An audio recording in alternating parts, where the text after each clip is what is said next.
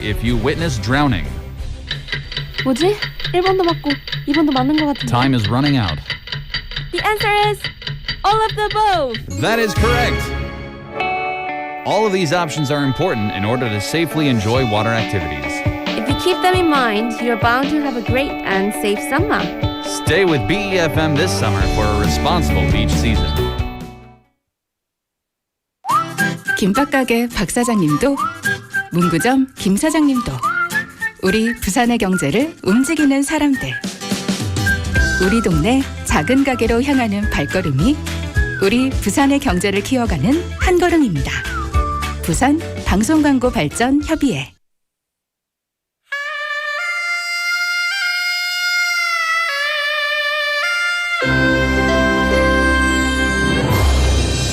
The time is now 7 o'clock.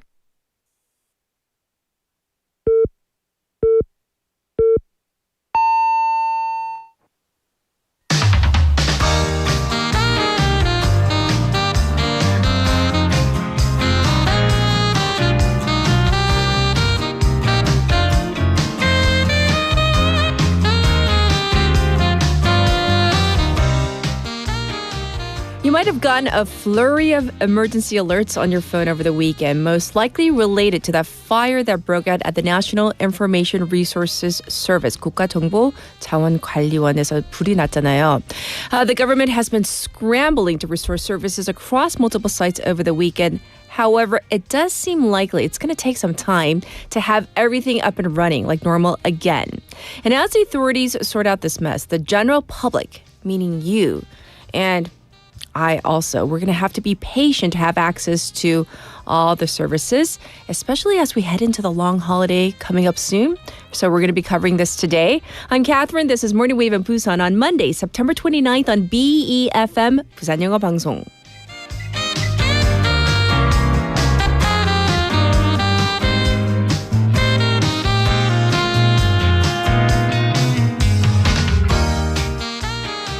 Good morning, Wavers. I hope you had a wonderful weekend. And I have to say that our special broadcast on Saturday, I thought went spectacularly well because, of course, our producer, wow, and her staff members, so many people behind the scenes, they were amazing.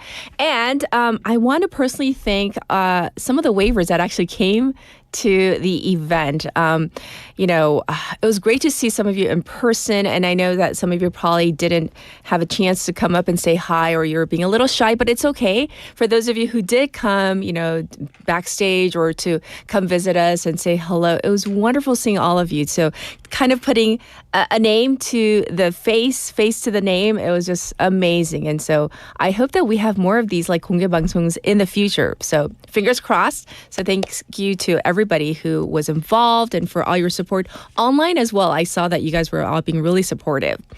All right. So now that, this past weekend has come and gone, who's counting down to next weekend? Because it's going to be a long weekend.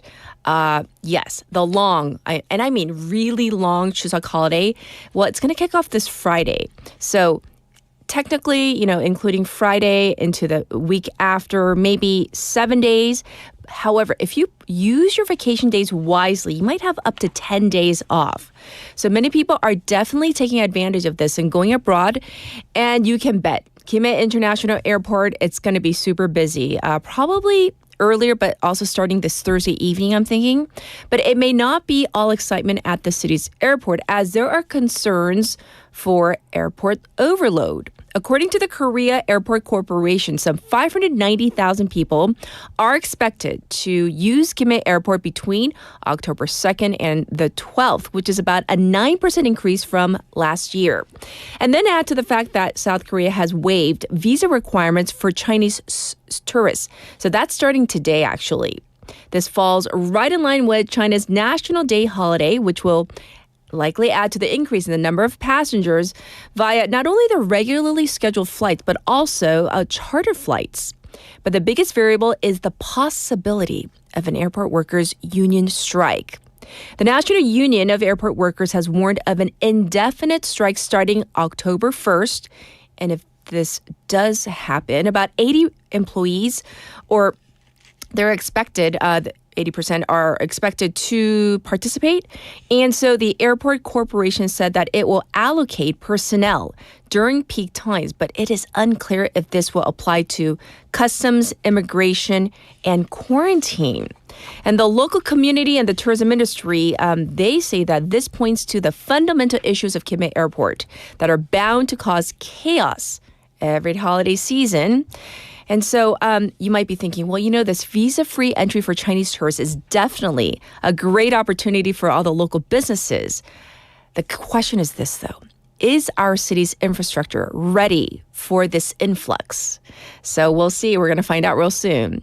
Looking ahead, of course, to the long, it's not even a weekend at this point. It's like a long week off. Now it's time for a text topic. We're going to switch things up, and this is very much related to one of our stories later on. However, I'm going to ask you this first. Which app on your phone do you use the most often? Or maybe you're on this app for the longest time. So what might that be? 내가 핸드폰에서 가장 자주 또 가장 오래 쓰는 앱은? For example, 자주 쓰는 거, it could be two different things. The one you use most frequently could be, for example, like a messenger app or the yellow, that talk app, right? Because there's a lot of business that's done or, just communication that is done via those kind of apps. However, you might be, doing the doom scrolling on another app. So whatever it might be, let us know. You can send in your messages to BFM's live stream live chat on YouTube. Go to the YouTube platform and type in BEFM or Busan 영어 방송 to find our channel. And then you can subscribe, log in, and chat with our other waivers. Also, from your phone, pound 9050 샵 9050. That's going to cost you 100 won. You can also reach me for free through KakaoTalk. Same thing there. You got to find us first. BEFM 부산 영어 방송. Type that in and then add us as a friend first. And then you can send in your messages and you can send in photos too. And you can tune into our program, Morning Wave in Busan, through our YouTube live streaming like we're doing right now. You can tune into the radio if you're in Busan, 90.5 or 103.3 FM. And you can also check us out on the BEFM app. We have our own app, easy to download, free to use. Also the 팟빵 app. And the screen time. 우리 PD님이 이것도 좀 알려주세요. Screen time. I'm kind of scared to hear what your responses are. 몇 시간 동안 이 앱 써요. I'm scared to look at mine too. So we can share though. It's okay. Looking ahead to our Monday morning together, we have Michael Kang coming in for Cultural Interlude. We have Claire for News in Depth. That is in hour number 2. For our special interview today, you've all heard of MAGA, Make American Great Again. But what about MAHA, Make America Healthy Again? So what is this exactly? And there are lots of issues because you might have seen in the news whether it's remarks regarding Tylenol or Health Secretary Robert F. Kennedy Jr., who has raised concerns about vaccination. These are hot issues right now, so we're going to take a look into this. In hour number 2, I'll be back with News Overview.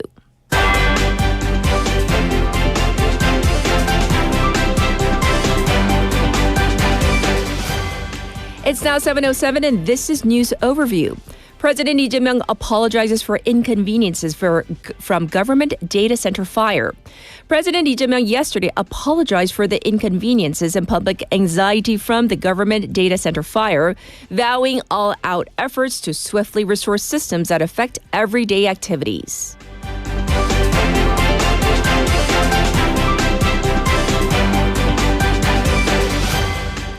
Former justice ministers and prosecutor generals to file constitutional petition.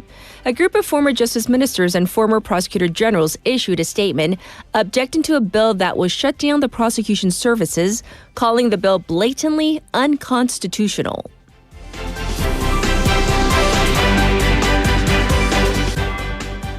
Seoul, Washington to launch visa working group this week. South Korea and the U.S. will hold an inaugural meeting of a working group this week to address visas for Korean workers following the immigration raid on a Georgia battery plant.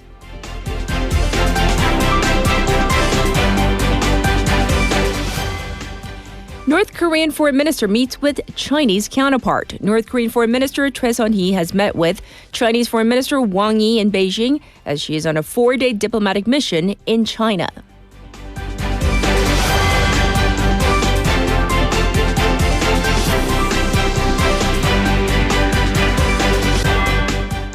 Two killed in Michigan Mormon church shooting and fire. At least 2 people are dead and 9 injured after a gunman rammed a vehicle into a Mormon church, began shooting, and set fire to the building. This was News Overview.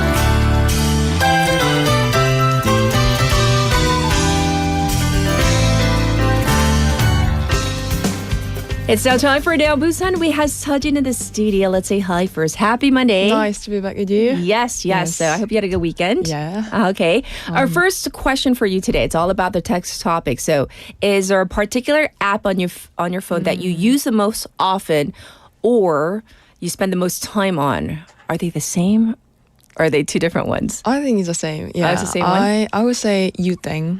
Oh, Yuteng. Yes. Oh. And what do you usually use it for? Whenever I need some lessons or tutorials or want to learn something new. So yesterday I watched how my blood sugar level spikes after eating. Yeah, so this kind of brain functions and how eating affects our brain functions and how harmful the coffee is, or at the same time how beneficial the coffee is. Oh my gosh. Yeah, so you're so young and you're talking about that 혈당 spike right after. You want to be healthy. Yeah, I want to be healthy. I want to live longer. Yeah, I am well aware and yeah. Okay. So you want to be in the know of everything related to your health. I Yes. get it. Okay.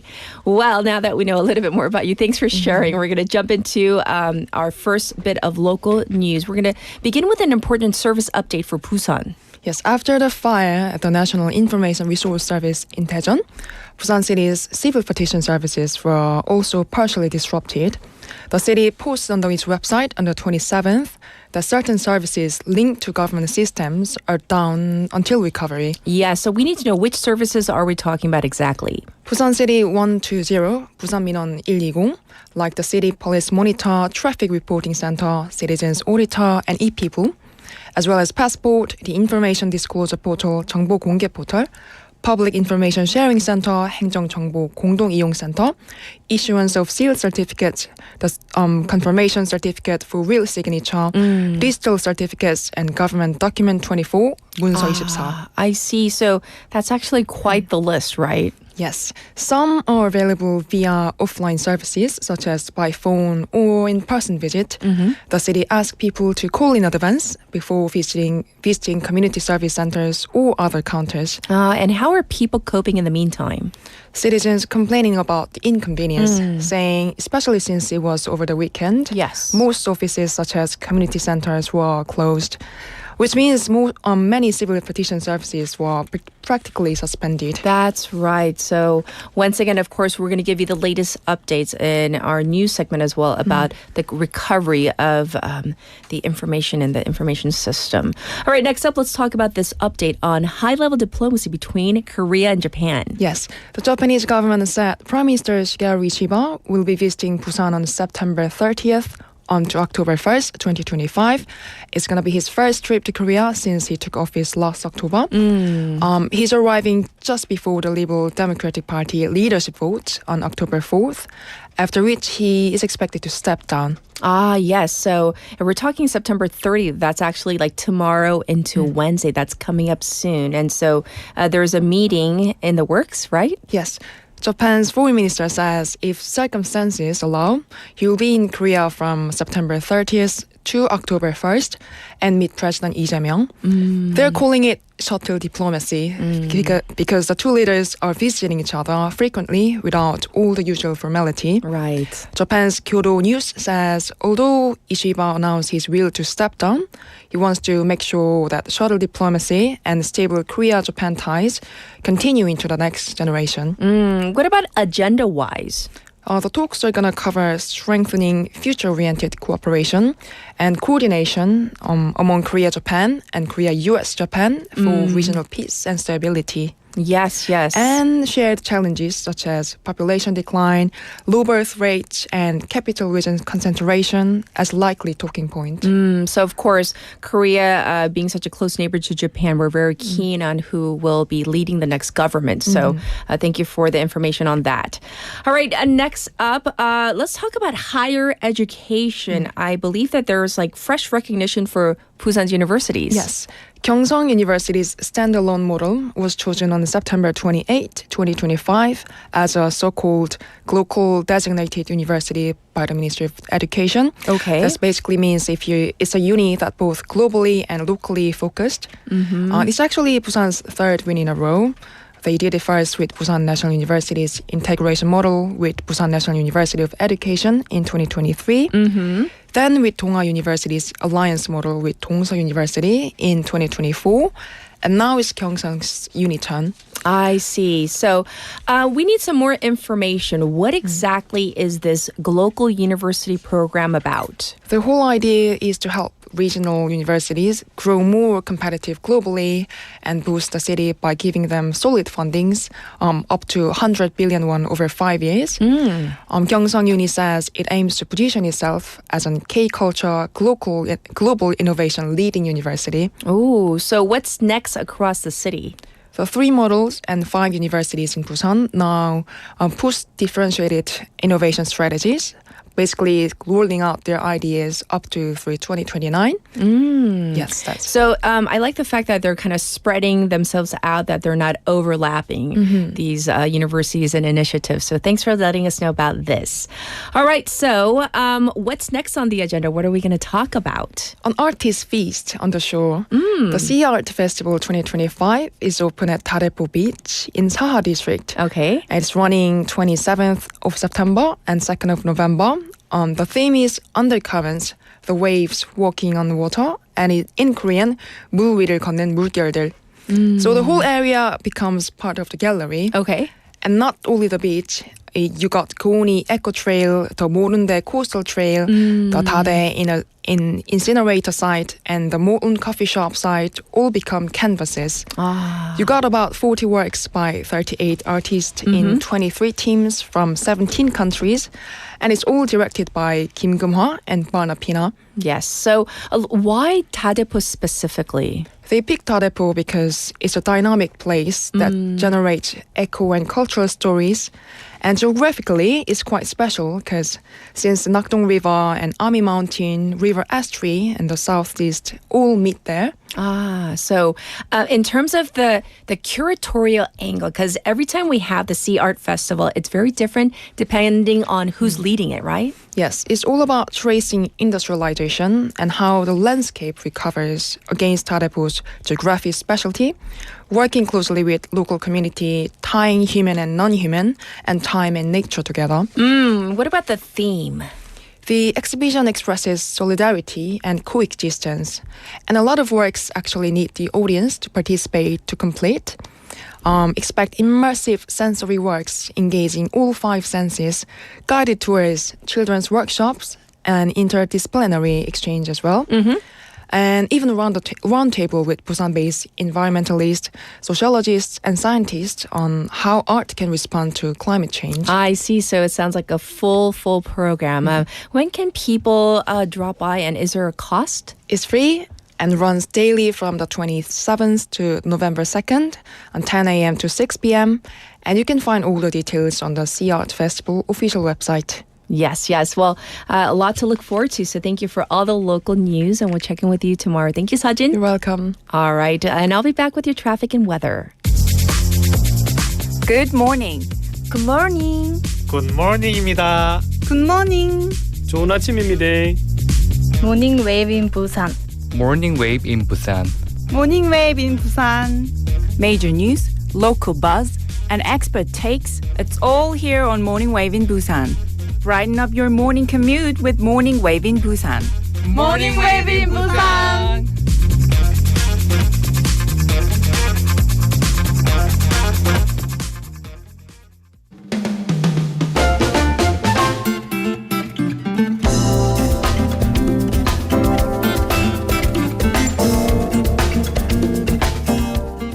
It's now time for your traffic report. It's now 7:19 on this Monday morning. First up, let's talk about the Dongso overpass. It is congested right now from Pyeongnaekgo ramp to the old Kaegum toll gate. It's backed up on Pyeongnaekgo from the Wondong ramp to the Suyeong tunnel. There's a traffic detected on Mandokdaero from Sukdung to Deokcheon intersection. Also looking slow on Chungnyeoldaero from Minam to Daesung intersection. Currently, it's 21 degrees Celsius under cloudy skies with a daytime high. It's expected to go up to 25 degrees today. Across the nation, cloudy with chances of showers in parts of Gangwon, Chungbuk, and Gyeongbuk. Big temperature differences between the morning low and daytime high, so you know what to do. You need to take care of your health. I'll be back with Haley in just a moment.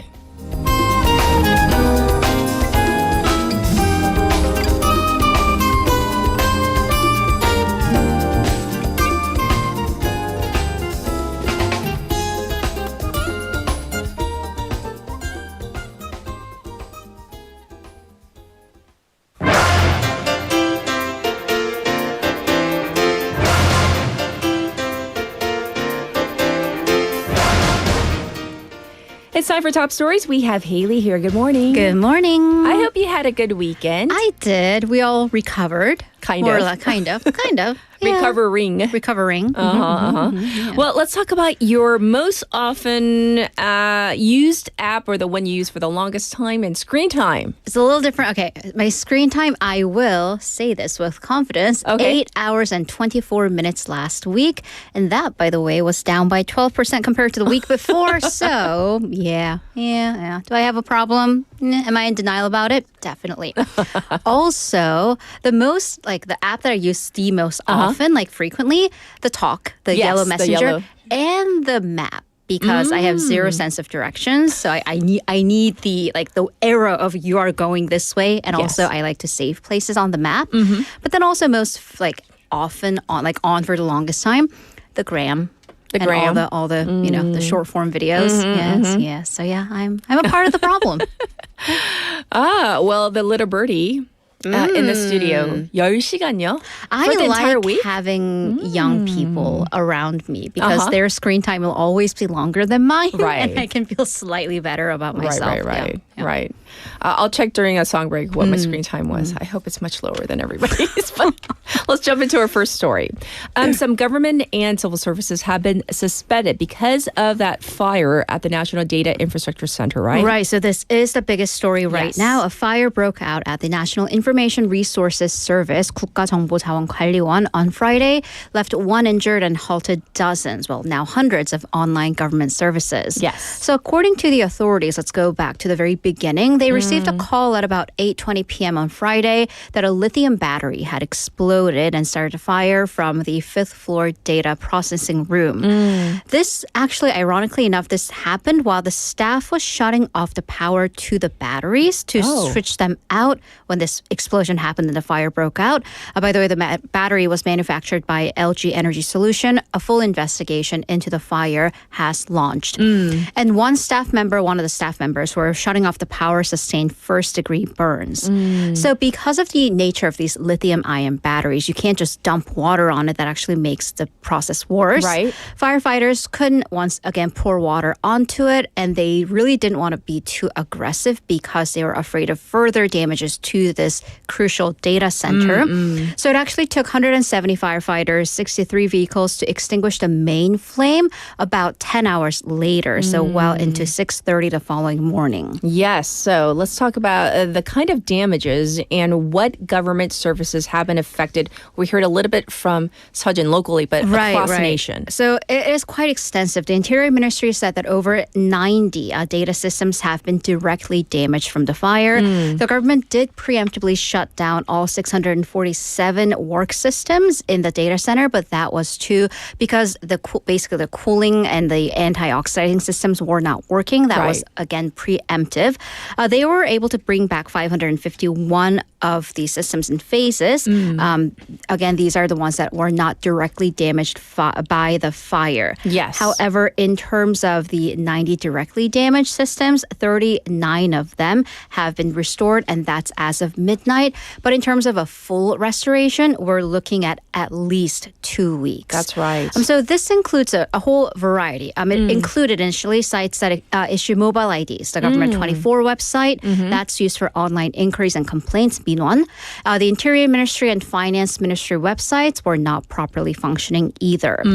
So as of last night, the mobile ID issuing site, Post Office online deposits, public health big data systems have been restored. By the way, another key issue is the consumption recovery coupons, the 민생회복지원금 coupon. These payouts and registrations are okay because the data center for these services, that's located in Daegu. So, however, if you do want to lodge objections, 이신청 for these coupons, that you will have to go to your respective community center in person because, again, the Government 24 website for these complaints that site is not properly functioning.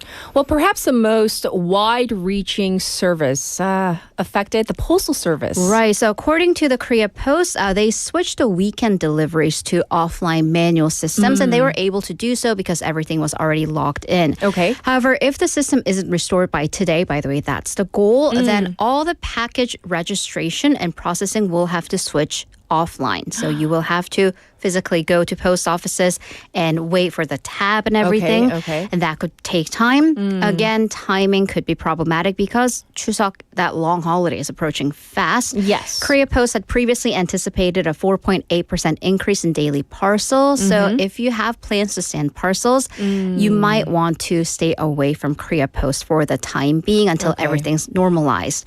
So the Science Ministry said that as of 9 p.m. last night, the post office check cards, the internet banking, and ATMs. So banking aspects have resumed operations, but the actual postal, the delivery aspects are still offline. Again, the goal is to bring them back online by today. We'll keep you updated. Yes, absolutely. Thanks for all the updates.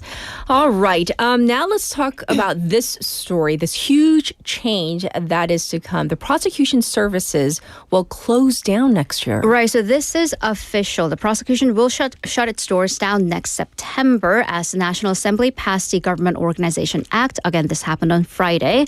So the bill passed with 174 yeas, 1 nay, and 5 abstentions, with the entire People Power Party, or the PPP, boycotting the vote in protest. And this came after a 24-hour filibuster. Yes. So under this bill, a new serious crimes investigation agency and a different indictment agency, these will replace the prosecution's current function.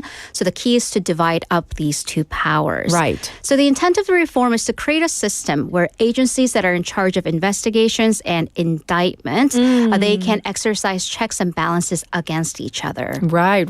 And so, the prosecution has been such a powerful force in South Korea for decades. Right. So ever since it was founded in 1948, the prosecution has exercise what many have called immense power. Yes. Investigating and indicting high-ranking officials, business leaders, and even former and sitting presidents.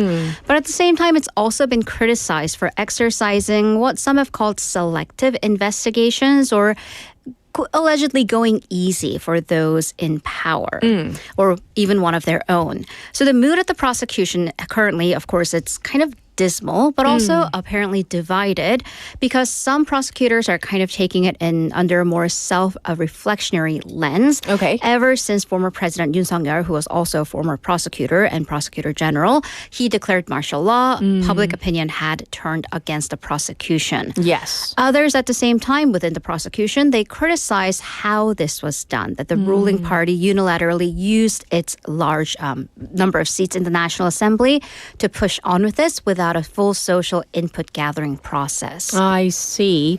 But the prosecution isn't the only institution that's going away, right? Right. So things are actually quite busy at the National Assembly. This repeated cycle of filibusters ending with votes. So the Korea Communications Commission, we're talking about the 방송통신위원회, 방통위. This is a broadcasting watchdog.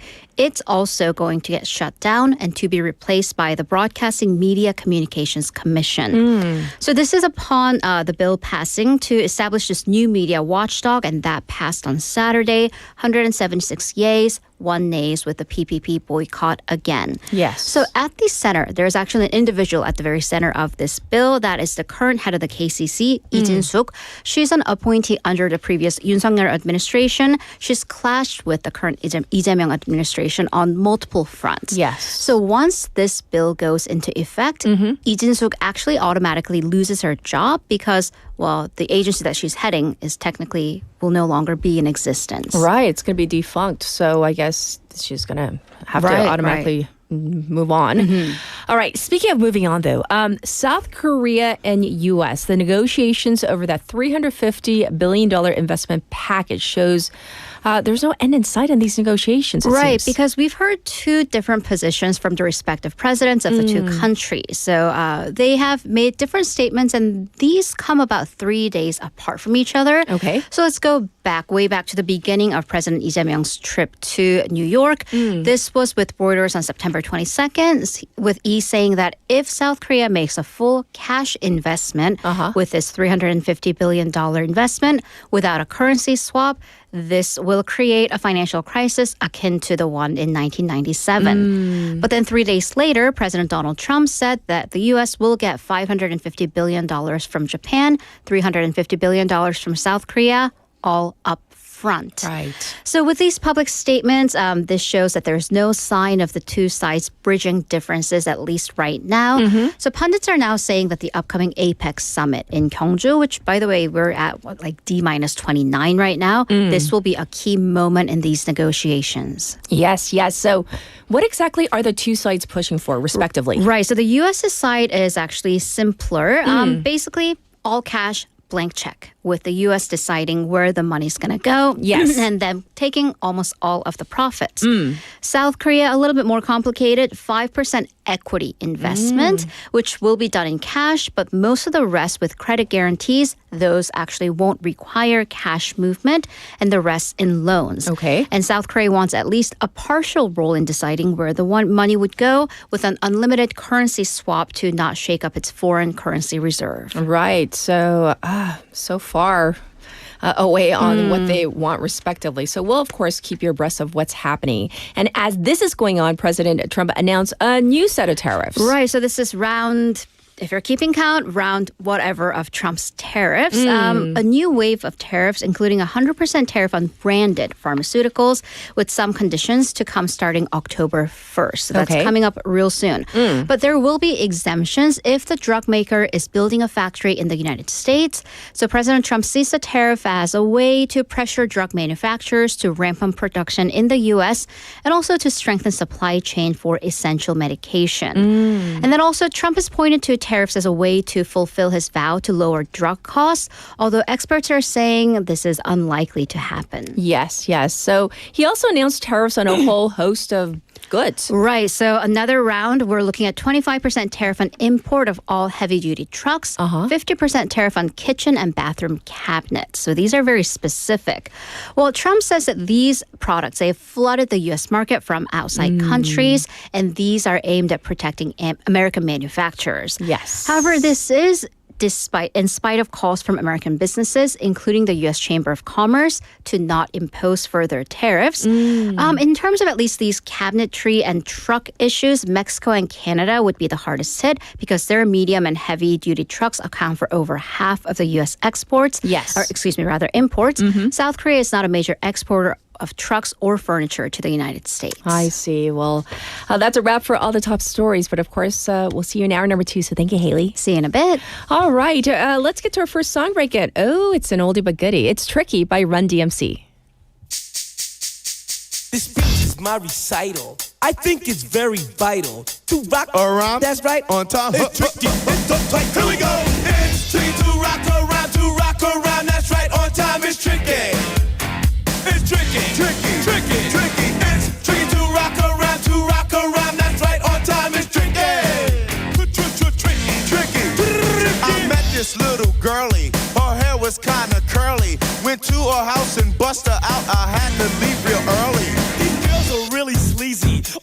just say is please me, or spend some time and rock a rhyme. I said it's not that easy. It's tricky to rock around. That's right, on time is tricky. How is it, D? It's tricky. It's tricky to rock around. That's right, on time is tricky. Tricky. In New York, the people talk and try to make us rhyme. They really hawk, but we just walk because we have no time. And in the city, it's a pity, cause we just can't hide. Tinted windows don't mean nothing, they know who's inside. It's tricky to rock around. That's right, on time is tricky. How is it, D? Tricky. It's tricky to rock around. That's right, on time is tricky. It's tricky, huh?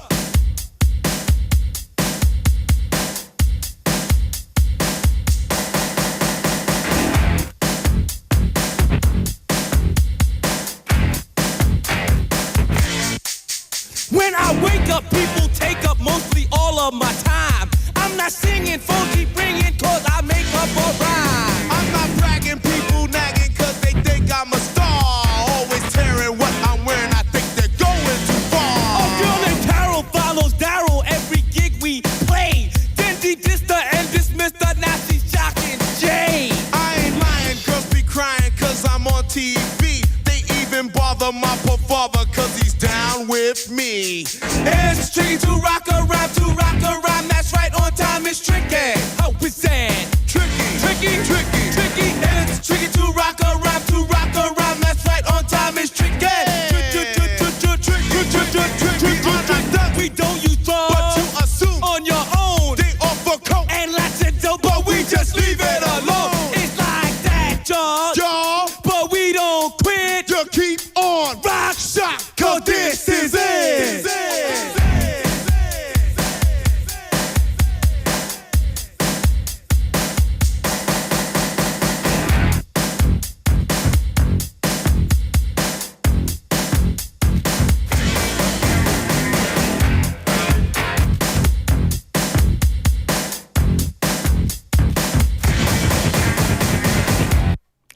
Welcome back, everybody. Oh, I haven't heard that in forever. Bringing back memories. I hope you're all doing well. I want to get to some of your messages.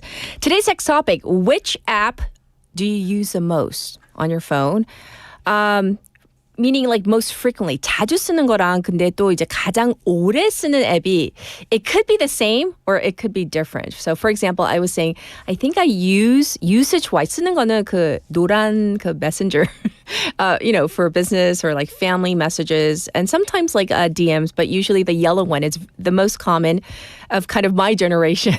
I know for younger people, it's the other one. I get it. There's a generational divide. I think I use that most frequently because of a lot of school, issues or questions from students. It's usually that way.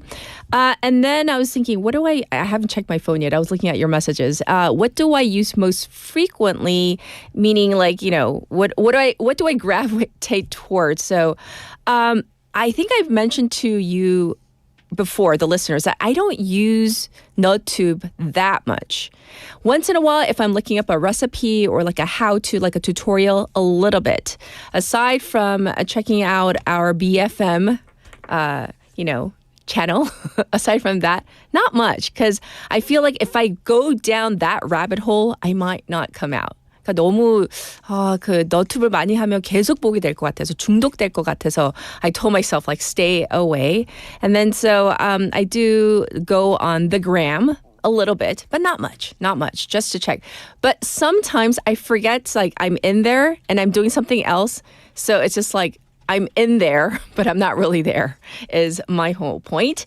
Leslie says for today's topic, my oldest app would be 얼굴 check face thing. And the apps I use the most are, Instadang and NoTube. So that might be kind of one of the most common answers. And then Blanca, of course, NoTube in the morning to tune into Morning Wave in Busan. Oh, applause. That's the best answer. Actually, William said something very similar. William also checks in from, to our program all the way from San Francisco. And he's so sweet. He always sends us like photos of, himself and also like Lily and Mildred and the whole crew in San Francisco tuning into us on our YouTube channel as well. So we do appreciate that. And of course, I will read more of your messages. And a shout out to Taejin-nim, who did stop by Saturday. It was so great to finally meet you and our entire staff. We were so welcoming. And yes, let your daughter know. We know her name is Tana. 알아요. And so she was so cute. So anyhow, let's get to our next corner. This is Cultural Interlude.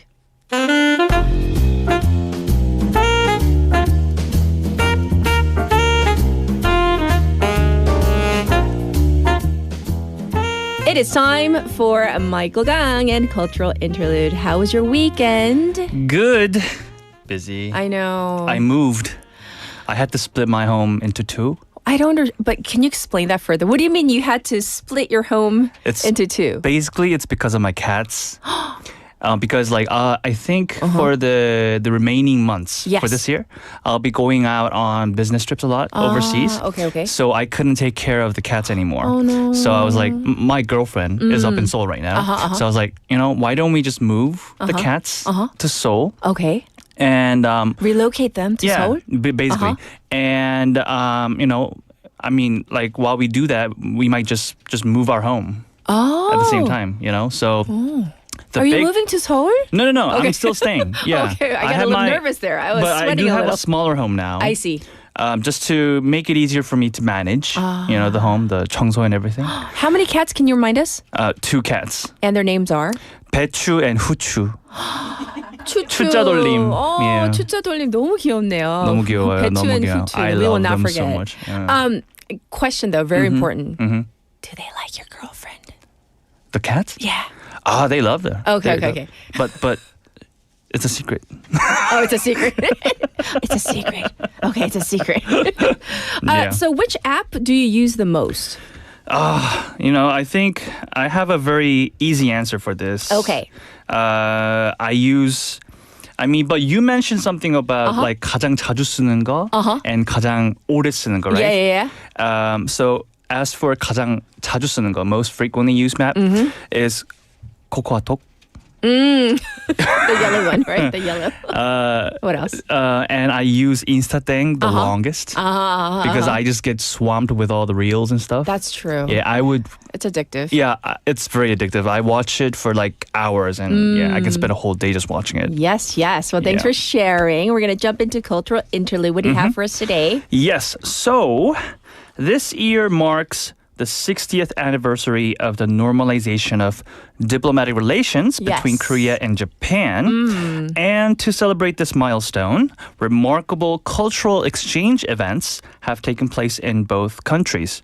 Today, I'd like to talk about some of these festivities. Okay. Well, I'm so curious. What are we going to begin with? I hear is something related to like hanbok and fashion, right? Yes. So there is the hanbok fashion show that was recently held in Niigata Prefecture in Japan. So this show took place at the Ryutopia Hall, one of Niigata's most prominent performance venues. Right. It was organized by the Korean Cultural Advancement Association to celebrate the 60th anniversary of Korea-Japan diplomatic ties. The show turned out to be a great success, drawing enthusiastic applause and cheers from the Japanese audience. So that sounds really impressive. But what made this fashion show so special? Well, it was special for multiple reasons.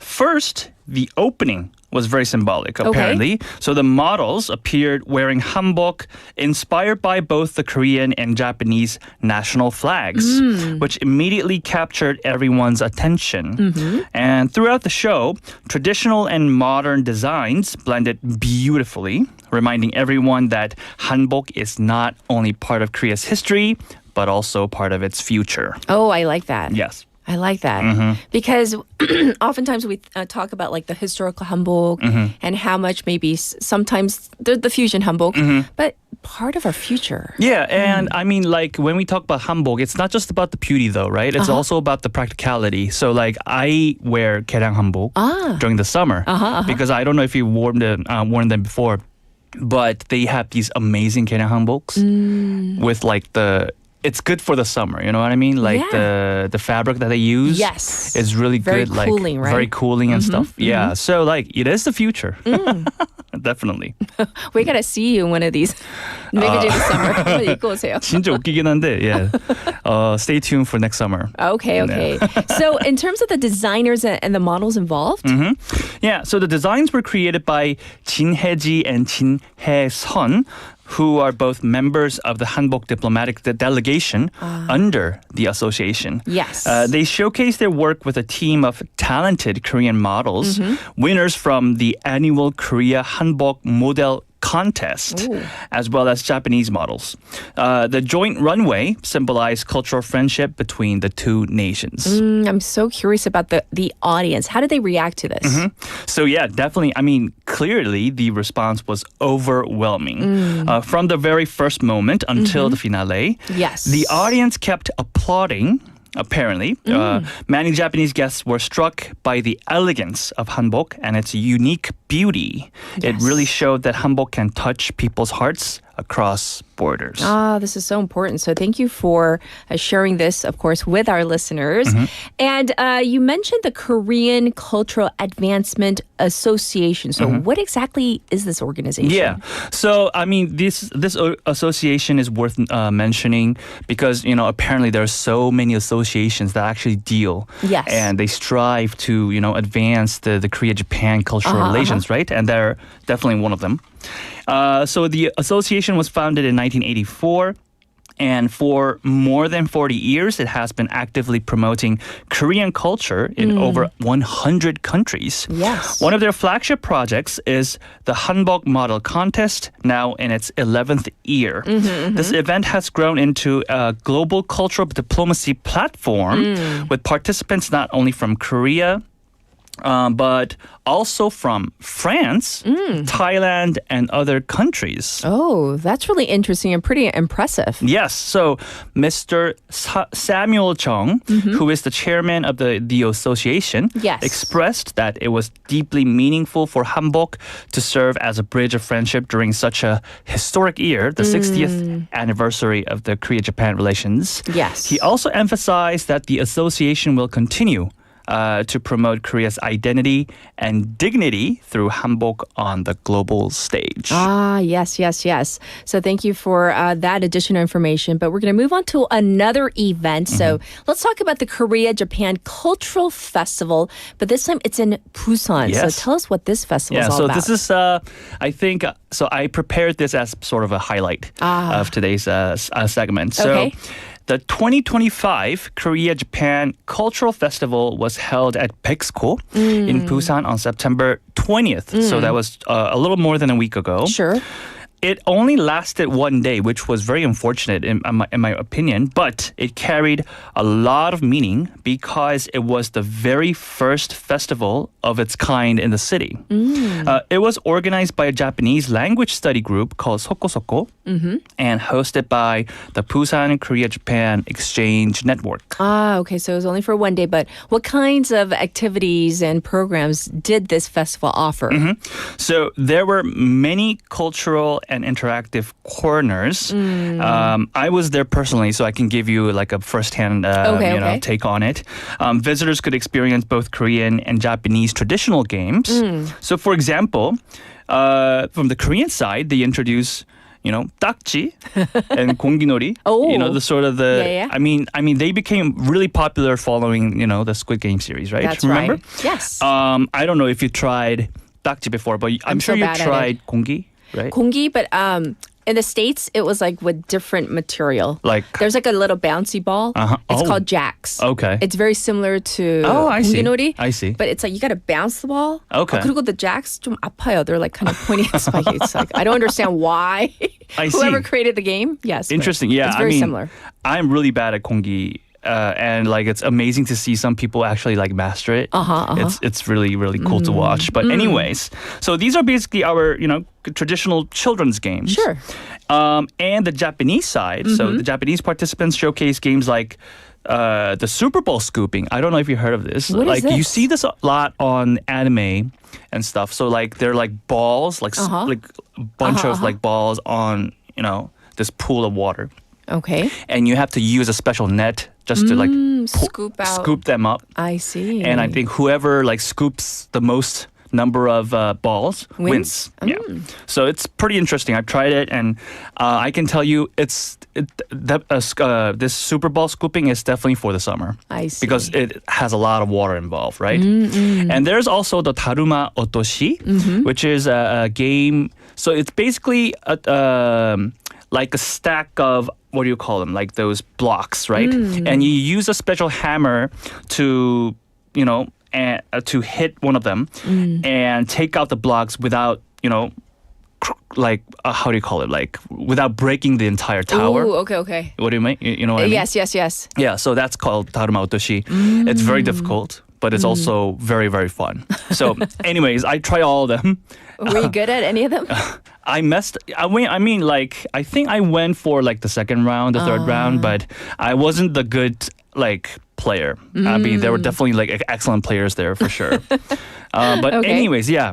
So there were also booths where people could learn about different Japanese regions, including Tsushima or Okinawa, the major tourist destination in Japan. Yes. And they were also able to taste local specialties and enjoy cultural performances. Right, but I hear there was something quite, I guess we can say unusual, a maid cafe? Is that, did I read that correctly? Yes, maid cafe. 근데 maid ca페를 like, what do we mean by maid? It's very hard to explain because, I mean, I've been there for sure, but it's a very exotic experience, so to speak. So it's a cafe, right? Okay. It's like a normal cafe. You go have coffee or something. But basically there are waiters and most of them are waitresses dressed up as like a 18th century European style maid. Oh, seriously? Yeah. And they have sorry. Yeah. I try so hard to keep a straight face, but and they have this. So all of them are basically acting. They have some characters, and they have to use like special expressions, basically to make the guests and the customers happy. I mean, it's very hard to explain by mouth, but like it's fun. It's interesting. Fun? It's like it's PG, right? It is. Just making sure. I mean, but like obviously a lot of like, those anime enthusiasts go there. And it was one of the highlights of the festival. 네. So there is actually a group called Mochi Maid from Busan's Seomyeon district. And they actually set up a maid cafe at the festival. Oh. I was there. They not only served drinks, but also organized fun events with the guests, creating a lively atmosphere. So I had to dance with the maids and stuff. 와, Yeah, you should have seen me. I mean, it would have been. 취향이 참. I mean, 저에 대한 이미지가 많이 바뀌셨을 거예요. Between that and then the 계량 한복, we have much to look forward to. Yeah, you should have been there. 감독님. Yeah. I was a little busy over the weekend, but next time I'll try to make it out hopefully there. next year, yes. Yes. Yeah. Well, to wrap up real quick, what's the takeaway? What's the message? Yeah, so this year is, as I mentioned before, it's the 60th anniversary of the Korea-Japan relations. Yes. And it reminds us that culture has the power to bridge divides and create lasting friendships. Yes. So whether it's through the beauty of hanbok or the fun traditional games, these events prove that Korea and Japan can continue to learn from and inspire each other. At that maid cafe, that just like had me.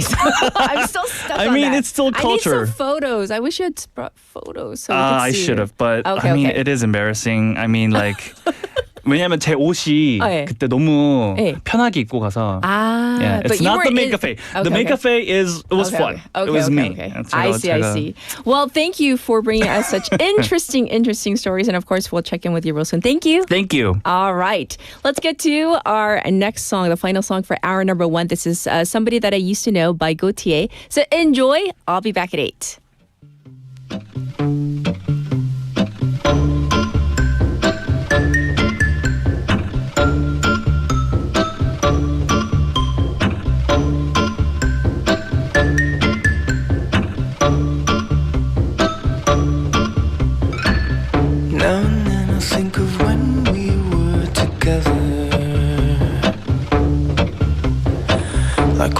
said you felt so happy you could die.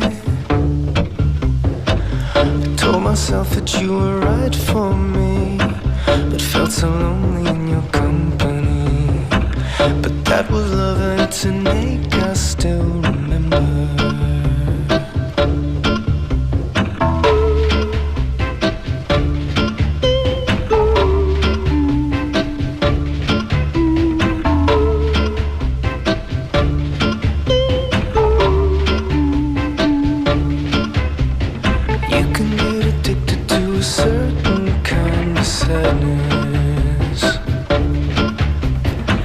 Like resignation to the end, always the end.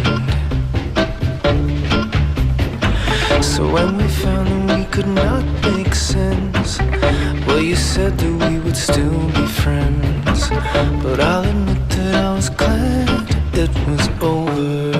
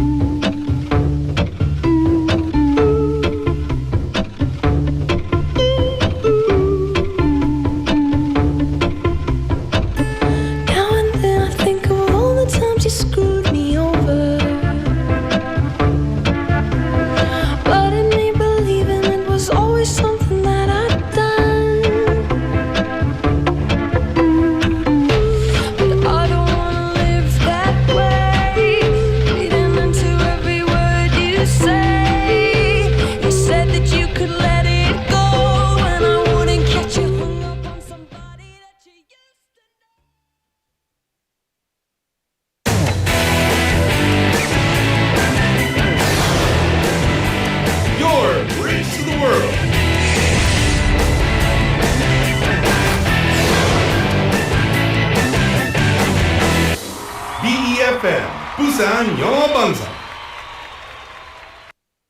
안녕하세요. 현대해상 모델 이정재입니다.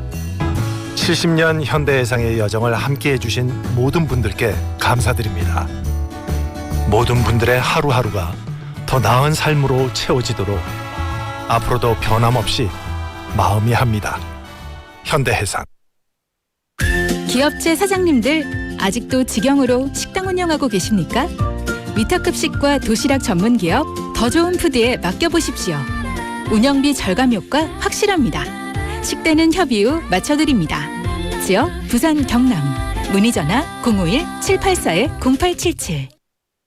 랜드로버의 모든 것이 한 곳에. 전시장과 서비스 센터가 만나 랜드로버 부산 센텀 컴플렉스 센터로 더 새로워졌습니다. 신차 상담에서 애프터 서비스까지 원스톱 서비스를 만나다. 랜드로버 공식 리테일러 HS 효성 프리미어 모터스. 가족이 함께할 수 있는 초록빛 가득한 공원, 세계 시민 누구나 함께 어울리는 문화공간, 그리고 모두가 안전하게 이동 가능한 교통 인프라가 갖추어져 있는 곳, 이곳은 글로벌 허브 도시 부산입니다. 일상을 풍요롭게 만들어주는 문화와 예술, 따뜻한 나눔을 실천하는 복지,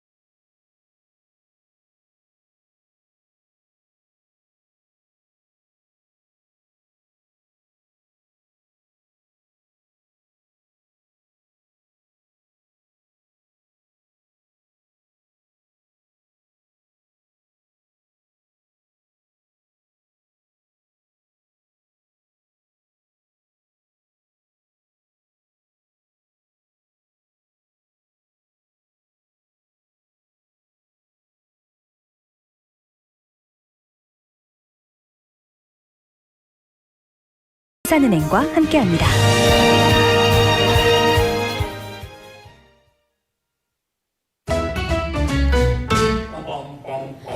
Want to be a friend of BFM Busan 영어 방송? You can chat with BFM through our KakaoTalk service. You can share your messages and photos through KakaoTalk, and you can easily become BFM's Kakao friend by searching BFM through the Find a Friend option.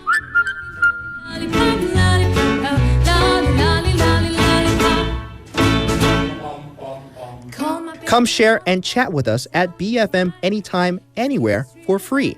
Don't forget to add BFM Busan 영어 방송 to your Kakao friends list. Man, I haven't got a chance. I call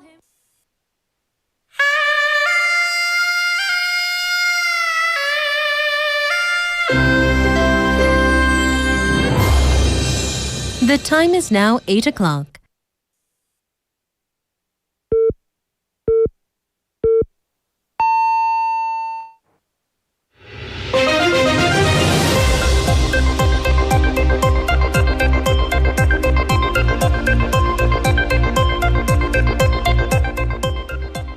It's now 8 o'clock. This is Spotlight News.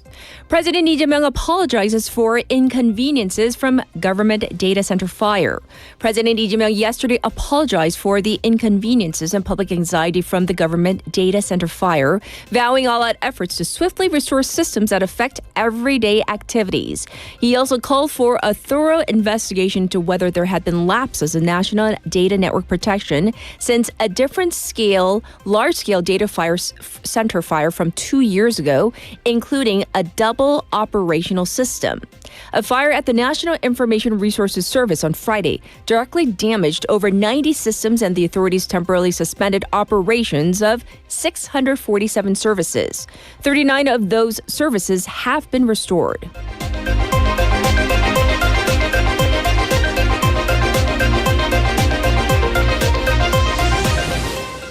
Former Justice Ministers and Prosecutor Generals to file constitutional petition. A group of former Justice Ministers and former Prosecutor Generals issued a statement objecting to a bill that will shut down the prosecution services, calling the bill blatantly unconstitutional. The group of retired prosecutors said that abolishing the prosecution is a serious infringement of the principle of separation of powers in the Constitution, saying they will file a petition to the Constitutional Court. The ruling party-led National Assembly on Friday passed the Government Organization Act, which paves the way for the prosecution to close its doors next September to be replaced by 2 separate agencies.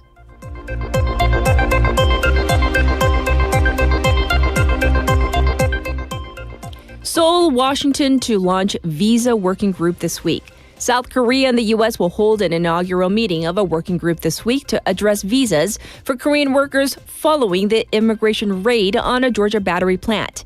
The South Korean Foreign Ministry and the U.S. State Department will jointly lead the group with the U.S. Homeland Security and Commerce Departments to take part, according to reports. The group is expected to discuss ways to improve the visa system, including a flexible application of the B-1 visa and potentially set up a separate visa desk at the South Korean Embassy in the U.S.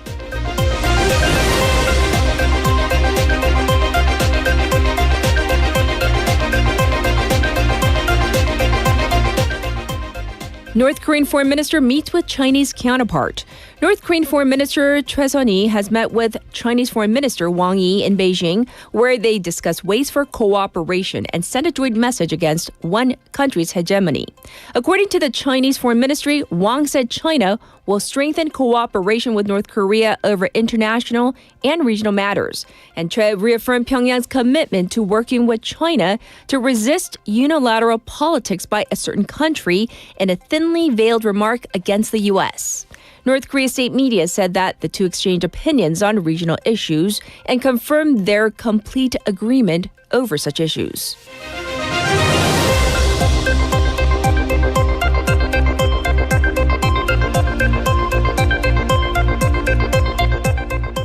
Two 2 killed in Michigan Mormon church shooting and fire. At least 2 people are dead and 9 injured after a gunman rammed a vehicle into a Mormon church, began shooting, and set fire to the building. The alleged gunman was killed in an exchange of gunfire with officers. He has been identified as a 40-year-old from Michigan, but his motive is unclear. U.S. President Donald Trump has called the attack horrendous and said that the FBI is leading the federal investigation. This was Spotlight News.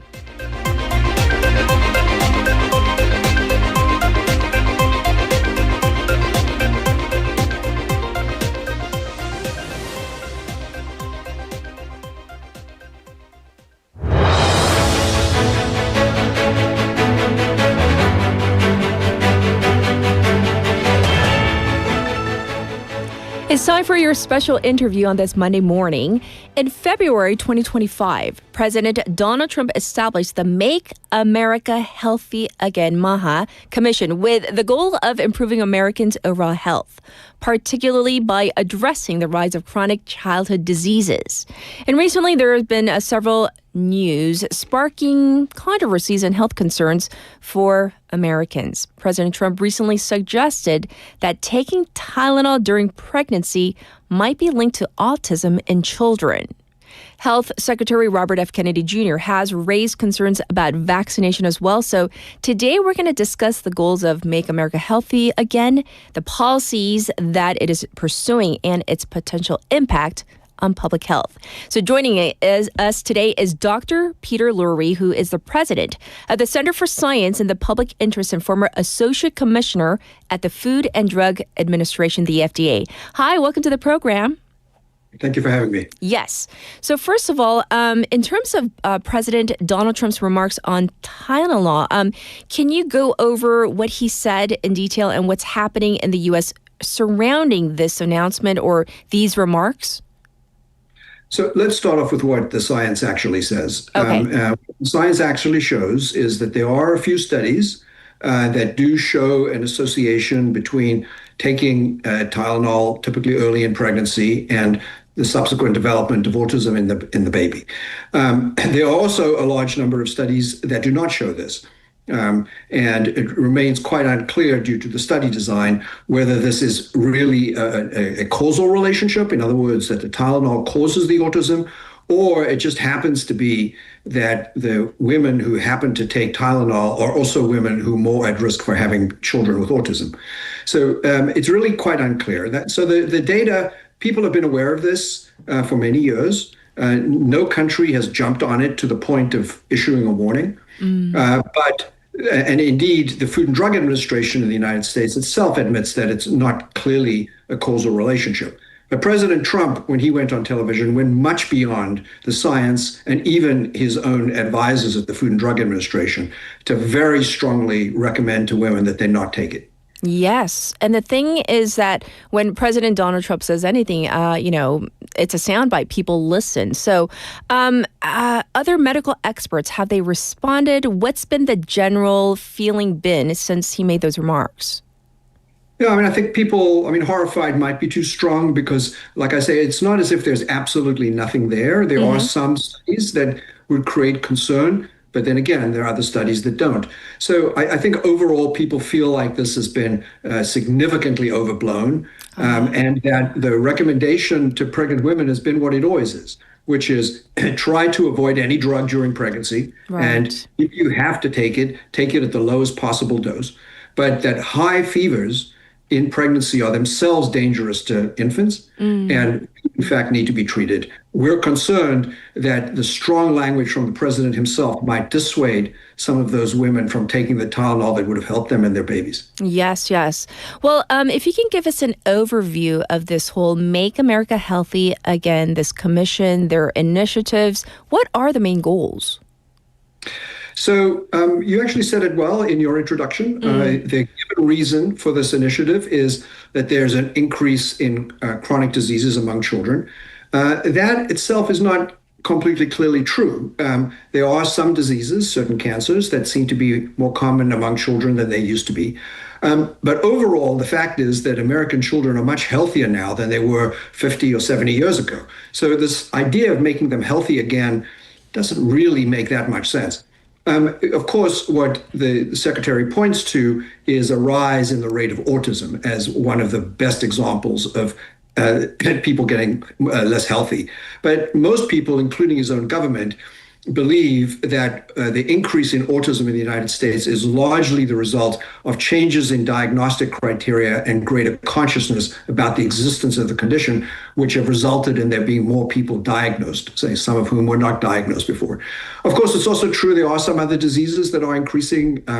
Type 2 diabetes is going up as well, and that's related to increases in obesity, including among children, that have occurred over the last several decades. So the purpose of the commission then is, in principle, to address this set of conditions that are leading to this so-called increase in chronic disease. Again, like I say, it's partly true and partly not.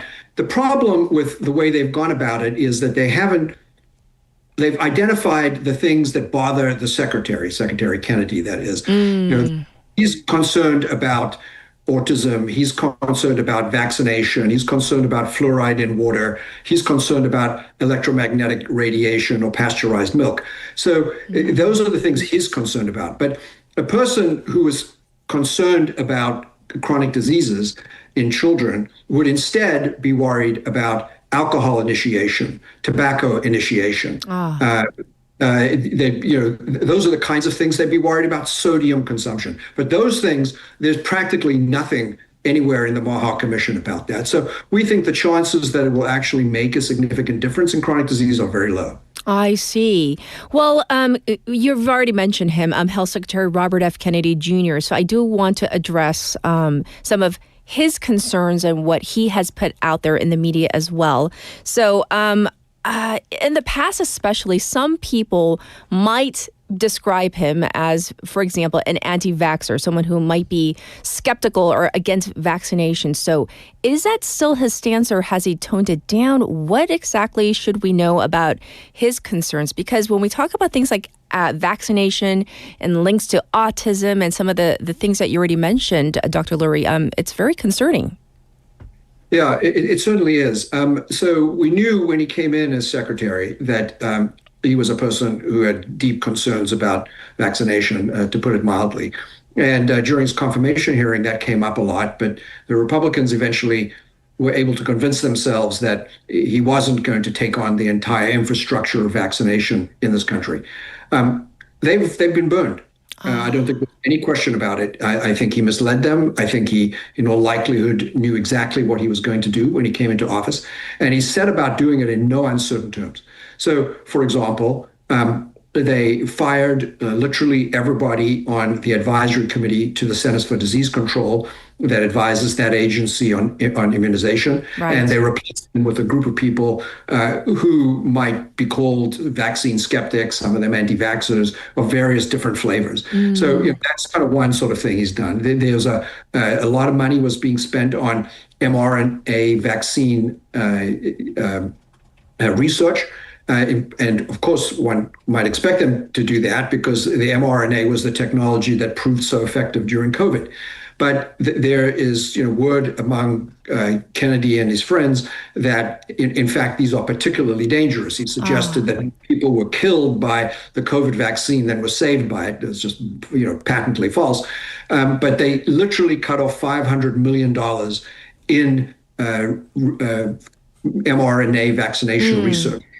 Just there and then. So, and there's much more. There's a committee that's going to be looking at the immunization schedule. There's another one that will be looking at the dangers of the connection between autism and vaccination. And he's hired a completely discredited researcher to run that bit of research. So, they are going full throttle when it comes to vaccination. Many of us were worried when they came in, and every bit as bad as we were concerned, if not worse. I see. And, today as we wrap up our discussion, Dr. Lurie, what can we expect? Is it more of the same from Maha? Are they going to be continuing down this line, do you think, in terms of trying to achieve, in their view, their goals? Yeah, well, they're certainly going to be trying, but there are a couple of breaks that might actually put a stop to this. Well, one is that many of these things that the secretary wants to do, including on vaccination, are actually unpopular with the American public. So, I don't know to what degree the Trump people actually care what the American people think, but nonetheless, it's not going to help them in the polls. So that's one thing. The second is that the Trump administration itself bills itself accurately, I would say, as a deregulatory administration.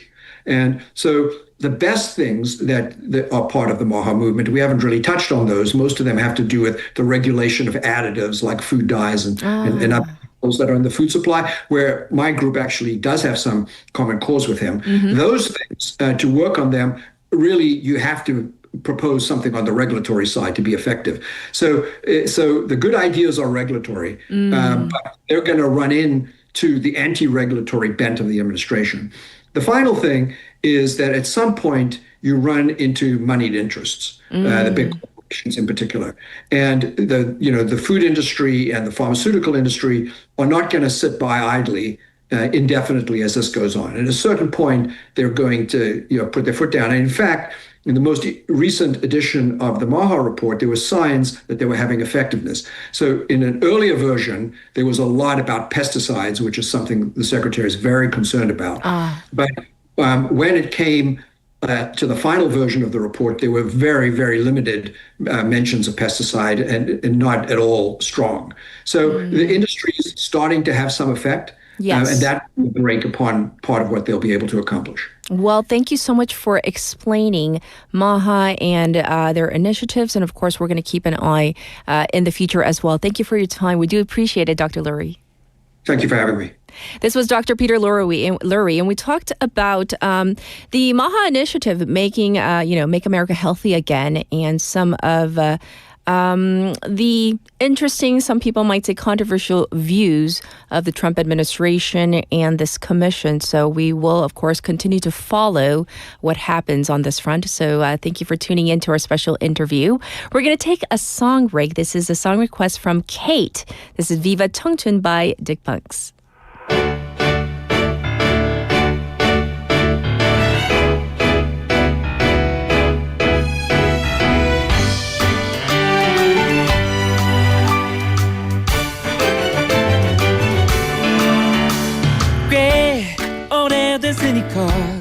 그 허름한 편안함 널 만나러 가는 길은 설렘 자꾸 걸음이 빨라져 너와 둘이서 걸으면 말야 왠지 좋은 데로 가는 기분이야 어디라도 난 좋은 걸 바람이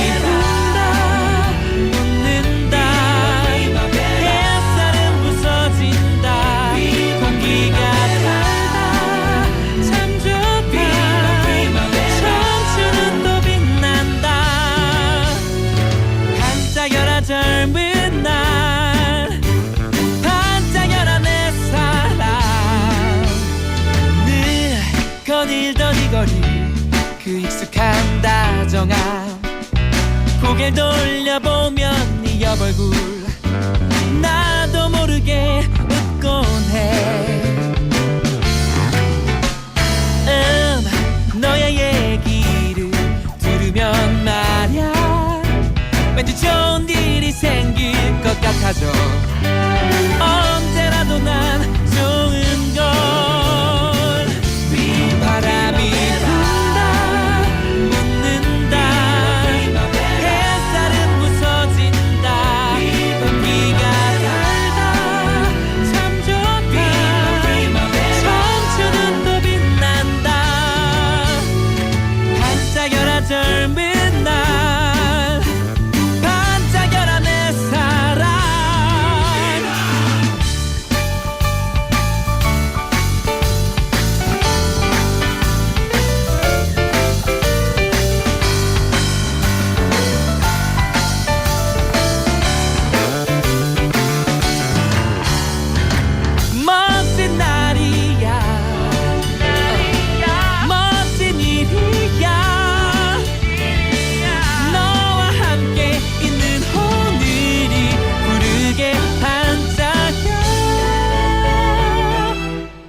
손잡아 볼까 가만히 라라라라라라라 입 맞춰 볼까 가만히 라라라라라라라 반짝여라 젊은 날 반짝여라 내 손주 바람이 분다 네가 웃는다 햇살은 부서진다 공기가 다 참 좋다 청춘은 또 빛난다 반짝여라 젊은 날 반짝여라 내 사랑 꽤 오래됐으니까 그 허름한 편안함 널 만나러 가는 길은 맑은 멋진 오늘이 기다려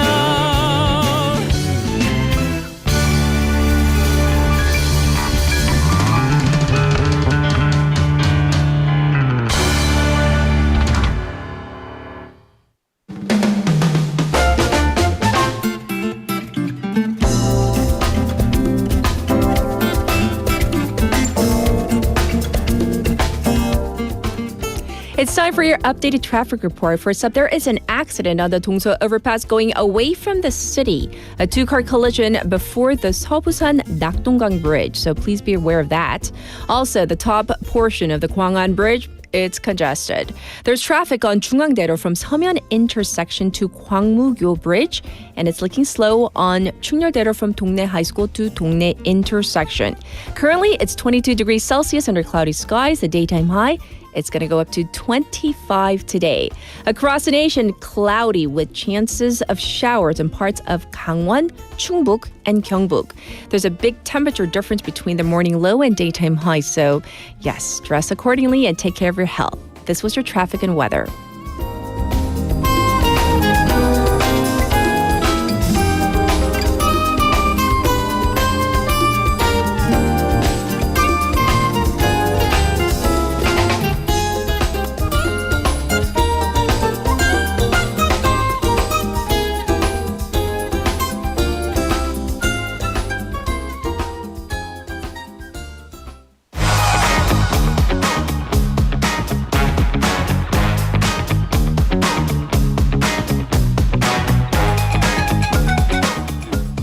It's time for Wa글와글. Haley's back. I'm back. Yes. So we got to talk about another big story. It was a news-heavy, like Friday into Saturday into Sunday. It was so busy. There was an explosion at a 찜질방 in Gyeonggi over the weekend. Right. So this happened on Saturday morning. An LPG liquefied gas tank exploded inside a charcoal sauna, sukgama, leading to 28 people getting injured. So the fire authorities reported 3 serious injuries and 25 minor injuries, and some 70 customers had to evacuate. Yes. Fortunately, there was an explosion, but it didn't lead to a fire, which could have been even worse with smoke inhalation and how saunas are built.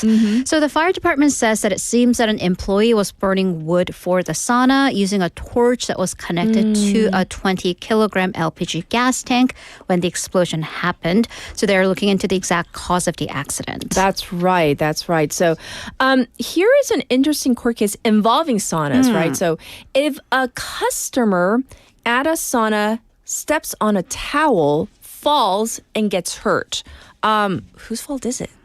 Mostly the saunas, and according to this court case, about 60%. Oh. So, and I bring this up because, well, sauna season's coming up. Yes. And we do want to be very careful.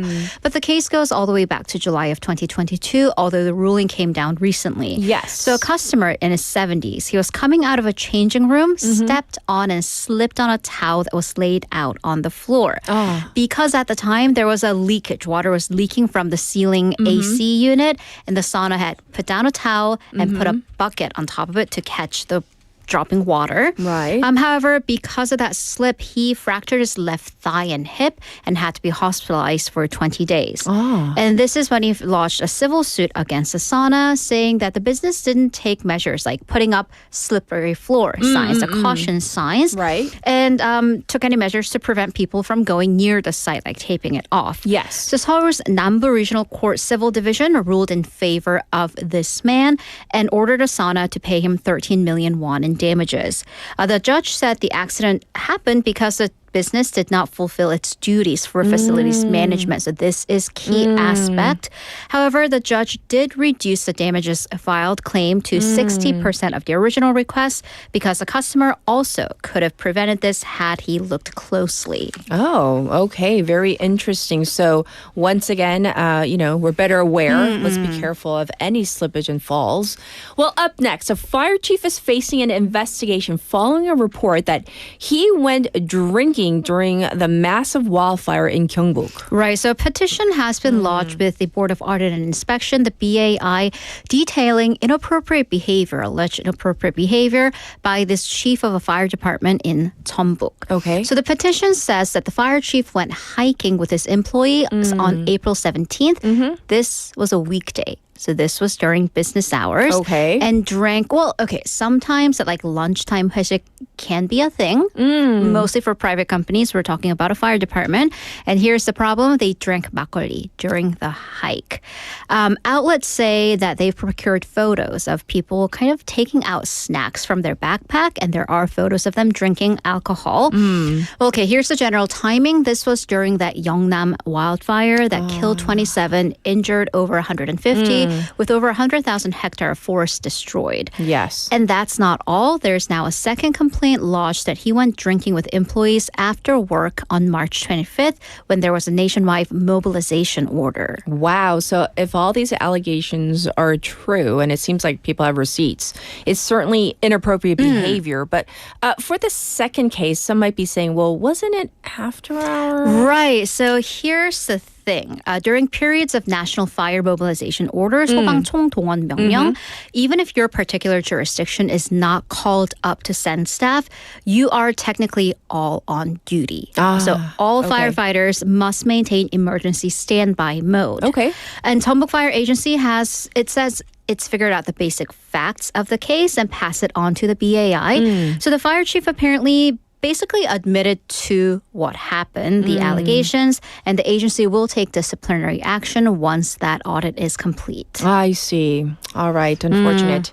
Let's move on and talk about this plastic surgery clinic in Japan, which is under fire for a patient who seems to be far too young for selective or elective surgery. Right. So how young is too young for elective cosmetic surgery? Oh. Well, this is definitely a wobbly issue. People have thoughts. I know some people, I know like friends of friends, middle school, they've gotten the eyelid surgery in middle school. 피디님 아니에요. 요즘 중학생들 많이 해요. I kid you not. Yes. There's a difference between they have versus should they. Yes. But here's a case from Japan. 10 years old. 10 years old. That's what, 4th grade? 3rd, 4th, anywho. Double eyelid surgery on a 10-year-old. And here's another issue. The entire process was online. Was made online in a video. So according to Japanese media, a well-known plastic surgery clinic in Tokyo, it had a promotional video up with a 10-year-old girl who visited the clinic and got surgery. So this promo video is about a minute long, and it shows the doctor asking the girl who came with her older sister and mom, so the parent was there. He says, do you have a crush on someone? Basically asking, to paraphrase, if she wants to, it alludes, do you want to get pretty for your crush? Wrong message to send to anyone. Yes. In any case, the hospital says that this was it seems to have had a medical reason to fix the problem of her eyelashes curling in and poking her in the eye, which is a legitimate medical reason. But it shows the girl also happy and smiling after a month after surgery. And the problem is this, amongst many, the girl, her older sister, and her mom, their faces are all fully in the video. They're not blurred out. They're not pixelated. Yeah. So the video has been taken down. But, and it takes on this very light tone that this is kind of a fun excursion for the whole family. So netizens have comments. They have I'm sure. thoughts. So number one, is it safe for a 10-year-old to get elective surgery? She's far too young to be making this decision. Here's the medical input. Most well-known plastic surgeons have also criticized the decision. While the surgery may have been necessary, fully putting that online is not in consideration of the child's well-being. Most doctors advise against elective cosmetic surgery for elementary age students. Like many people are saying, they're still growing up. Faces, especially eyelids, change. You can get a fold later on in life. And it's only for necessary procedures like for scars and other issues. For example, the United Kingdom back in 2021 banned plastic surgery advertisements for minors, including traditional media, social media, influencers. So it's not just whether the procedures are being done, it's also about what kind of message we're sending to young people. Do you need to get surgery to get pretty for your crush? Exactly. Absolutely not. Oh, yes. This we could woggle on and on. I have, my daughter, youngest daughter, some of her friends got the sangsu, like the eyelid surgery in middle school. And my question was, their parents let them, and it's like, and the reasoning, I'm not saying it's correct, their reasoning is because everything's about social media and their 앨범 찍기 전에 the yearbooks? Yeah, because of the yearbooks. They're getting the procedures done at such a young age. We can say so many things. I don't want to be too judgy. I'm just saying. Personally, I thought it was like it's so young. So the face I'll changes. say things once the mic goes down. Yes. Yeah. All right. 우리 마이크 꺼지면요 많은 대화를 해요. Okay, for a final story. Oh my gosh. And I've seen the messages from our listeners. 웨이브 분들도 할 말이 많으신 것 같은데요. The 카카오톡 update. I'm so mad at my sister. She told me to update it. 동생 왜 그랬는지 모르겠는데요. 업데이트를 하라고 언니 업데이트 했어? 아니 왜? So I was like, 뭐 새로운 거 좋은 거 있나 보다. And there are mixed reactions, just like mine. I was like, why did you tell me to update? Well, I mean, it is new. 새로운 거. Was it 좋은 거? Was it good? I mean, people have thoughts. All right, so the KakaoTalk app, one of the most used apps in South Korea. Well, this has been getting bombarded with 1-star review, but you can't leave 0 stars. 1-star reviews and complaints on both Google Play Store and Apple App Store. So the key aspect to the updates, which unless you have that specifically blocked, it will update automatically. Yes. By the way, I do want to throw this out there. I mean, whatever opinions you have about the aesthetics and visuals, we do have to update our apps consistently and automatically because that's a security issue. So the key aspect, the Friends tab, which would show, little thumbnails, tiny thumbnails of your friends' profile pictures, name, status message. It's now a full-out feed. Very similar to the social media feed. It's like in a grid fashion. You can go back to the old friends list, but then you have to click on that friends tab up top. Okay. And then here's the thing. How many on your friends list are your real friends? Right? Because I have like 3,000 friends on my, because I use it for work. I don't have 3,000 friends.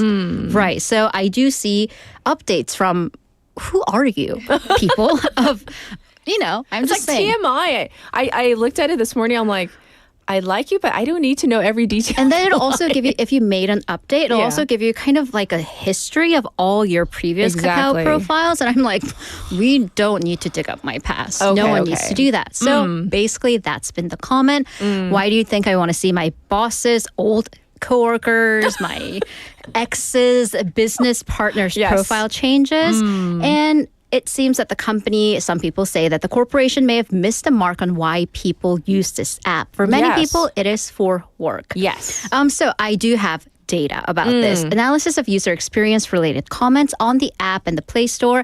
Reviews about Kakao's update showed that 42% were seeing the review negatively, the updates negatively overall. 19% of complaints were about user interface, the UI and design, and 10% was the profile and friends list specifically. And people are even sharing tips on how to block those automatic updates. And some of the comments on our board, 태진님, 저는 그 업데이트 안 됐는데 업데이트 후 정말 별로인가요? He's like He's asking like, how bad is it? Should I not update? And there are comments. 케이트님, not my opinion, not cat, Kate. 자동으로 업데이트된 것 같아요. 진짜 별로. 이라고. That's her opinion. Right. And then also there are short form videos on the Yes. open chat option and ads. So many ads. So it seems that the company is listening, or at least the voices are so loud, they're forced to listen. Yes. So Kakao changed the friends page to have the friends and the birthday tab featured larger, more prominently.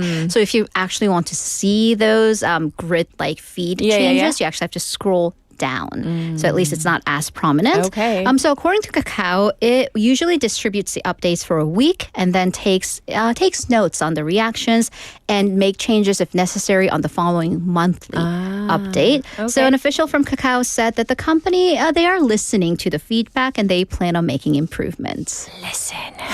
Is all I can say.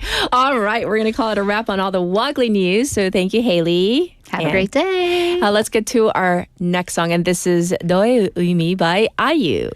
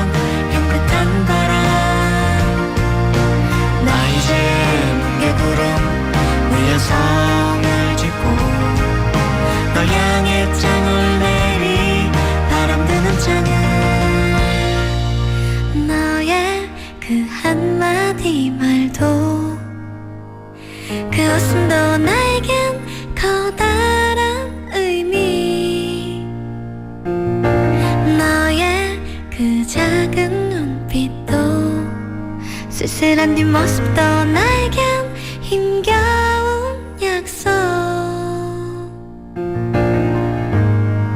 도대체 넌 나에겐 누구냐?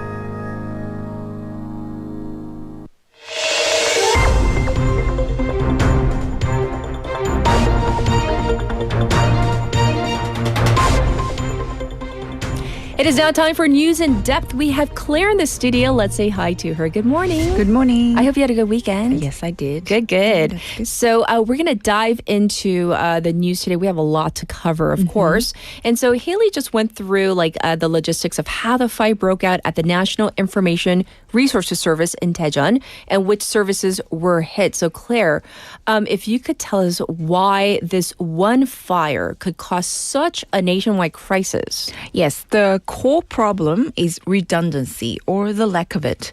The NIRS is the backbone of Korea's digital government. When the Daejeon hub went offline, there weren't enough live backup system in other regions to immediately take over.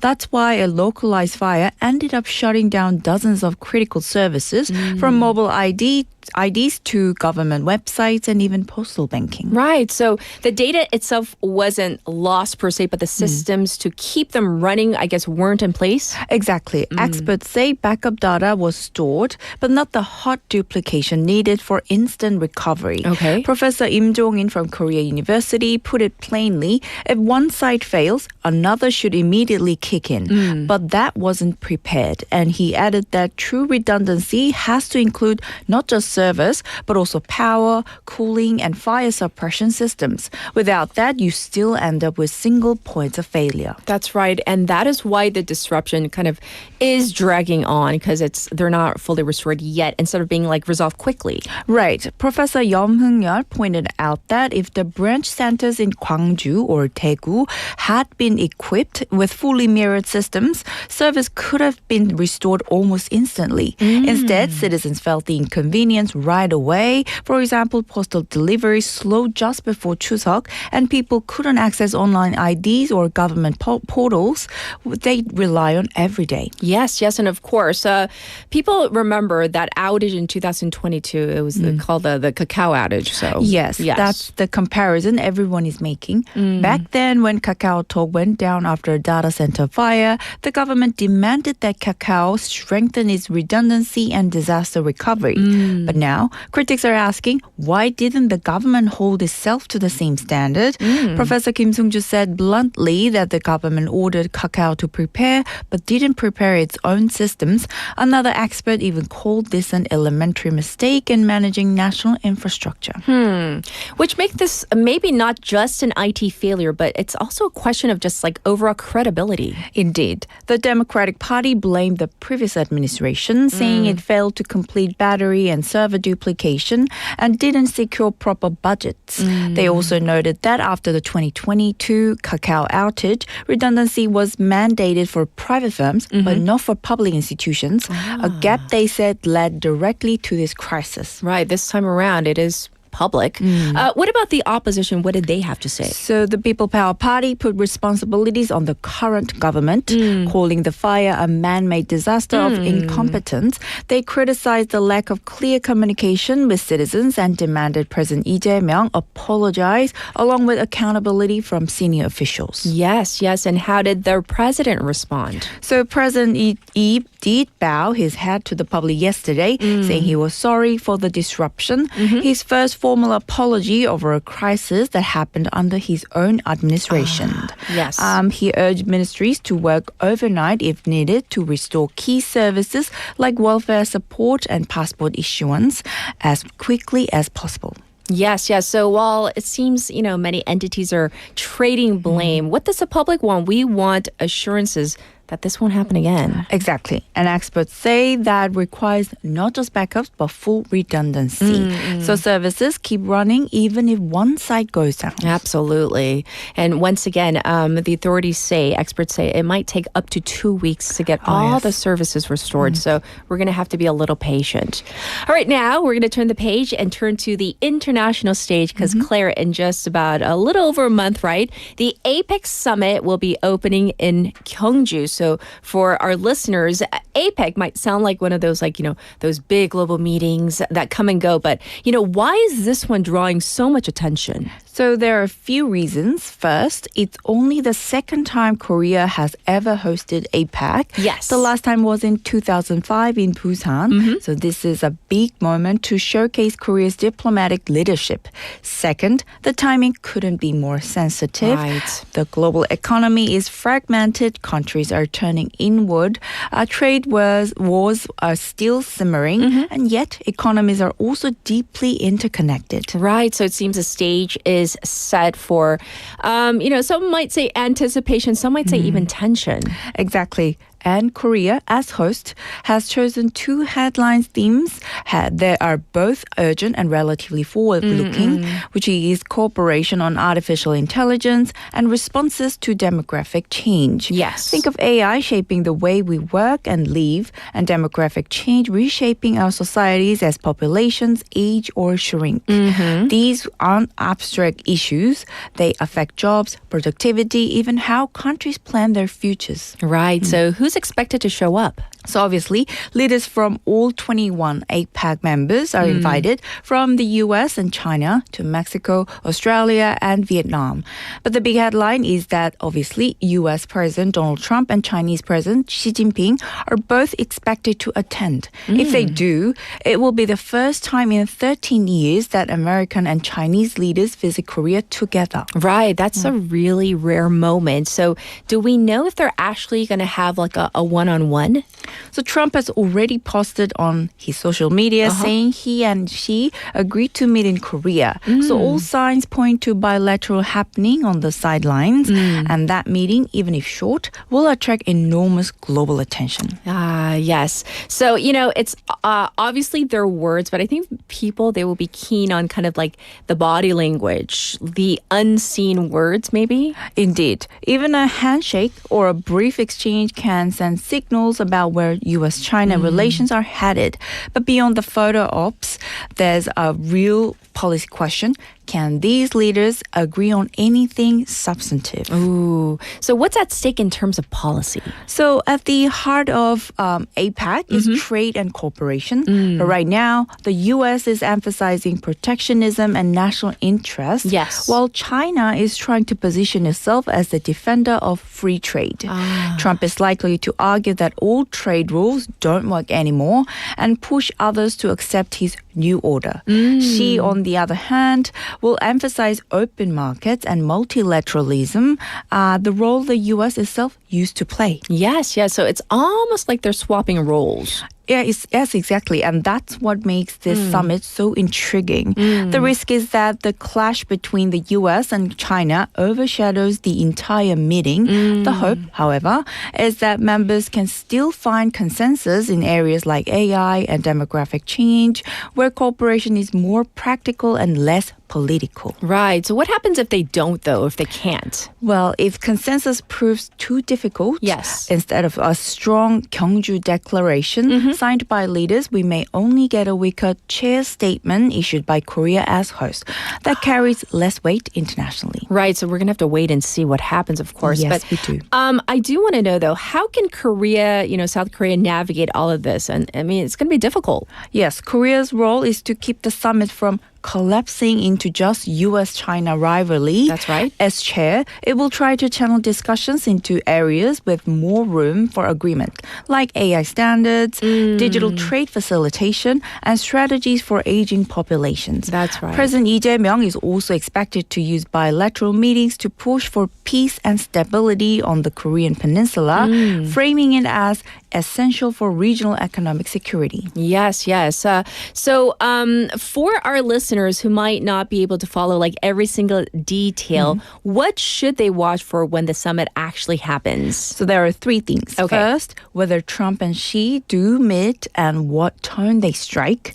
Second, whether the members can agree on a joint declaration or settle for a weaker statement. And third, how effectively Korea uses its position as host to highlight issues like AI cooperation and demographic change. That's right. In the meantime, Gyeongju is prepping. They're getting ready to welcome basically, the entire world. Yes, the city itself will be under the spotlight, including security, logistics, even cultural showcases. It's not just a policy event. It's a stage for Korea to present itself to the world. That's right. So, of course, that's coming up real soon. So we will be covering that. Of course, it's a huge event. And finally this morning, let's talk about some tourism because starting today, which is September 29th, Chinese group tourists can enter Korea without a visa. We mentioned it briefly earlier, but what exactly does this new policy engage? So from today through June 30th of next year, groups of 3 or more people booked through designated travel agencies can enter Korea visa-free for up to 15 days. Okay. Jeju still keeps its separate policy, which is 30 days visa-free for both individuals and groups from China. Yes, and it does come at a very strategic time, right? Yes, it does. The rollout is right before China's National Day holiday, known as Golden Week, from October 1st to 7th. That's one of the busiest travel periods for Chinese tourists. Yes. Last October, about 392,000 Chinese visitors came to Korea. That was still only about 70% of pre-pandemic levels, though. But the trend is upward. In July of this year, Chinese arrivals actually topped 600,000. Wow, so the potential is huge. How many additional visitors is the government hoping for? So officials are projecting roughly 1 million more Chinese tourists by the end of June 2026 next year. The idea is that visa-free policy removes one of the biggest barriers, which is especially for short group trips organized on relatively short notice. Yes. So I imagine we're going to see an immediate flood maybe of visitors during this Golden Week or no? Probably not. Many trips for Golden Week were already booked months ago before the announcement. Okay. Industry experts say the real impact will come toward the end of this year and into 2026. But symbolically, the start today sends a strong message that Korea is fully open and welcoming again. Yes, and the tourism industry, I'm sure, is getting ready. Oh yes, it's been a scramble. Hotels in places like Myeongdong and Jeju are preparing Chinese language services and package deals. Duty-free shops are rolling out promotions, and some stores are even reopening channels with Daegu traders, which is those bulk buyers who shop on behalf of customers in China. Right. So it's not just about the quantity, but maybe about the type of visitor also?